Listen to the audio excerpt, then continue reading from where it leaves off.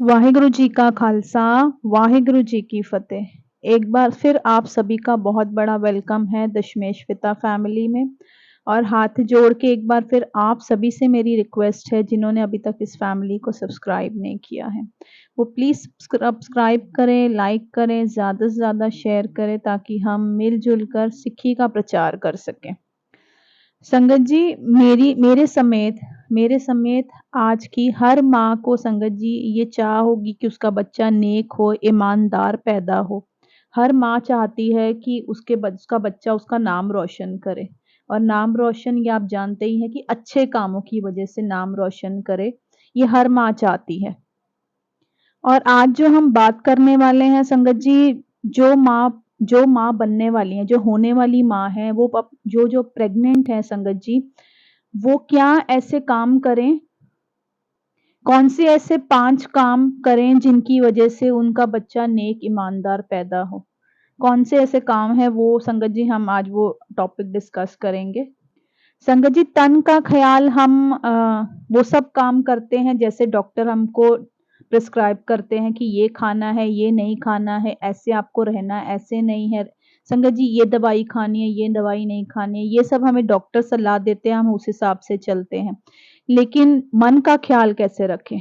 मन जिसके ऊपर पूरा बच्चा टिका हुआ होता है संगत जी, काफ़ी ऐसी चीज़ें हैं जो हम सोचते हैं, विचार करते हैं, वो सब बच्चों के ऊपर कैसे आती हैं संगत जी, मन का ख़्याल कैसे रखना है, ये हम डिस्कस करेंगे। संगत जी, अब तो साइंस भी मानने लग गया है कि जो हम सोचते हैं, जो हम करते हैं, वो सब बच्चे पर असर पड़ता है। ये साइंस भी मानने लग गया है संगत जी। और वैसे भी संगत जी, महापुरुष कहते हैं जैसी खुराक हो वैसा तन है। संगत जी, जैसी खुराक हो वैसा तन है, और जैसा मन है वैसे विचार है। 5 चीज़ों में से संगत जी पहली चीज़ ये है कि माँ क्या देखती है, क्या सुनती है, घर में किस तरह से रहती है। संगत जी, पूरा प्रभाव पड़ता है, हम अपने आँखों से क्या देखते हैं। हम अपनी आँखों से अगर गलत चीज़ें देखते हैं, कुछ ऐसी चीज़ें देख लेते हैं, जिसका असर पूरा बच्चे पर पड़ता है। हम हॉरर मूवीज़ देखते हैं, हम फाइट वाली मूवीज़ देखते हैं, या कुछ गलत चीज़ें और भी देख लेते हैं। संगत जी, बच्चा भी वैसा ही पैदा होता है, बच्चा वही करता है जो माँ इस समय कर रही होती है, तो ये बहुत ज़रूरी है। क्या सुनती है संगत जी, क्या सुनना है, ये भी बहुत असर पड़ता है कि कानों में कौन-सा रस जा रहा है, क्योंकि जो रस कानों में जाता है, मन का वही प्रभाव हो जाता है, मन में वही विचार चलते हैं संगत जी। तो अच्छा सुनो, अच्छा सुनो, अच्छा देखो, गुरबाणी सुनो, या आप जिस भी धर्म से बिलॉन्ग करते हैं संगत जी, वो आप सुनो। उनकी तस्वीरें, जो आपके महापुरुष हैं, संत हैं, जो भी आप बिलॉन्ग करते हैं, उनकी तस्वीरें अपने कमरे में लगाओ, ताकि आप जहाँ नज़र घुमाओ, उनकी तरफ आपकी नज़र जाए, उनके चरणों की तरफ आपकी नज़र जाए। वो बच्चा वाक़ई ही काबिल निकलेगा, वाक़ई नेक ईमानदार निकलेगा, ये आप करके देखना।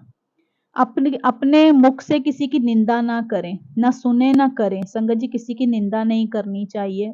वैसे भी हम कहते हैं कि निंदा बुरी बात है। हम अगर किसी की निंदा करते हैं तो हम उनका उनका पाप अपने ज़ुबान से चाटते हैं, ये महापुरुष कहते हैं। संगत जी, ये तो वैसे भी गलत है, लेकिन एक प्रेगनेंसी में एक जो होने वाली माँ है, वो तो ये सब काम बिल्कुल ही ना करे। पर वो जब अच्छी चीज़ें सुनेगी, देखेगी ना संगत जी, बाणी लगा लेगी, कथा, कीर्तन ये सब सुनेगी ना, तो ऑटोमैटिकली वो उन विचारों से दूर हो जाएगी। उसके मन में ये विचार आएँगे ही नहीं कि मैं किसी की निंदा करूँ, क्योंकि वो पॉज़िटिविटी अंदर आ जाएगी। संग अच्छा रखे संगत जी, संग अच्छा रखना चाहिए। ये हमारे गुरु साहब ने भी कहा है संगत जी, जैसी रंगत है वैसी संगत, जैसी संगत है वैसी रंगत है। संगत जी, ये गुरु गोबिंद सिंह जी ने मोहर भी लगाई है इस बात पर, क्योंकि हम अरदास में आप देखते हो रोज़ ही बोलते हैं संगत जी कि सेई प्यारे मेल जिना मिलिया आप जी का नाम चितावे। संगत जी, ये क्यों कहते हैं कि हमें वो ही सब लोग मिलें, हमारे दिन की शुरुआत वही सब लोगों से हो, वही सारे लोग जो आपका नाम जपते हैं, क्योंकि अगर हम उनसे मिलेंगे, हमारी संगत वैसी होगी तो हमारी रंगत भी वैसी हो जाएगी। ये मोहर गुरु गोबिंद सिंह जी ने खुद लगाई है, बहुत बड़ी बात है कि जैसी संगत होगी वैसी ही रंगत होगी। तो वो होने वाली माँ अच्छे लोगों से मिले, जो अच्छे काम करते हैं, जो अच्छी बातें करते हैं संगत जी, ताकि उन पर वो उस बच्चे पर अच्छा प्रभाव पड़े। तीसरी बात संगत जी, माँ को किसी भी तरह के पखंड में नहीं फँसना चाहिए। तांत्रिकों पर पास जाते हैं, ताबीज़ पहनते हैं संगत जी, ये सब चीज़ें सख्त मना होती हैं, जबकि इन सब चीज़ों की वजह से संगत जी मन पर तो असर होता ही है, आपके तन पर, आपके मानसिक स्थिति पर भी असर होता है। अगर हम तांत्रिकों के पास जाएँगे, राख, स्वाहा खाते हैं, उनका सेवन करते हैं, ये सब पखंड से हमें दूर बचना है। उस माँ को सिर्फ़ उस परमात्मा की आराधना करनी चाहिए, उस ईश्वर की ओट में रहना चाहिए, ताकि बच्चा भी नेक और भक्ति भाव वाला पैदा हो। चौथी बात संगत जी, very important, unless and until संगत जी, बहुत ज़रूरी, जब तक ना हो तब तक माँ को बाहर का खाना नहीं खाना चाहिए।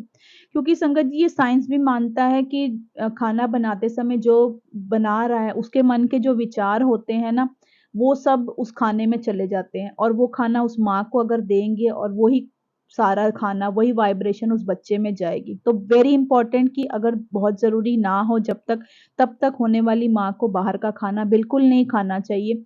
घर में हो सके तो पकाएँ, बाणी लगाकर पकाएँ, ऑडियो, वीडियो द्वारा, जैसे भी आपको ठीक लगे।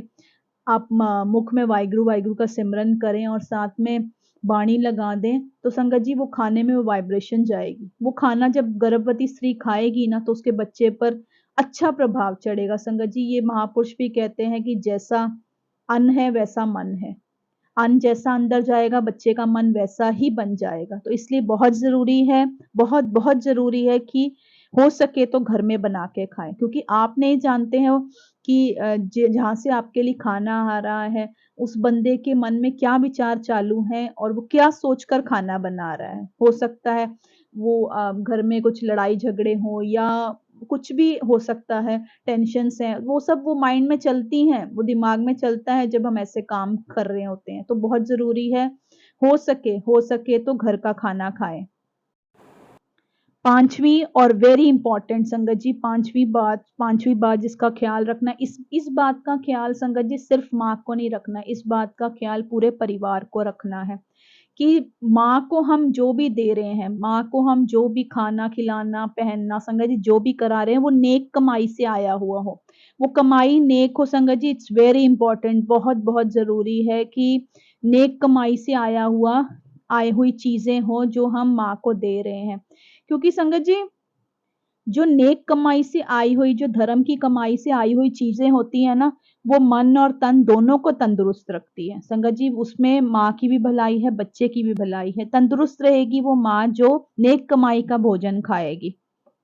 संगत जी, आज आप देखते ही हैं कि कई डॉक्टर्स हैं, इंजीनियर्स हैं, कई ऊँचे ओहदों पर बैठे हुए हैं। संगत जी, लेकिन आप एक चीज़ नोट करें, मैं ये नहीं कहती हूँ कि सभी पूरी दुनिया खराब है, लेकिन उसमें से आप देखते होंगे कई लोग कितने करप्टेड होते हैं, है ना? तो संगत जी, ये करप्शन कहाँ से आती है? ये जब वो बेईमानी की कमाई का संगत जी आप अपने अंदर डालते हो ना, वो खून में मिल जाती है वो चीज़ें, और फिर वो इंसान करता ही करता है करप्शन। संगत जी, आप देखते होंगे ये सब चीज़ें क्यों हो रही हैं, ये आज बेईमानियाँ क्यों हो रही हैं, हम देखते ही हैं कि कैसे हम बाहर जाएँ और जैसे लूटने वाले बैठे हुए होते हैं। बिल्कुल नहीं उनको फ़र्क पड़ता है कि हम ये बेईमानी की कमाई को कैसे हज़म करेंगे, उनको ये है ही नहीं। क्यों? क्योंकि वो खून में मिल चुका है, और हम ये नहीं चाहते कि हमारा बच्चा भी वो काम करे।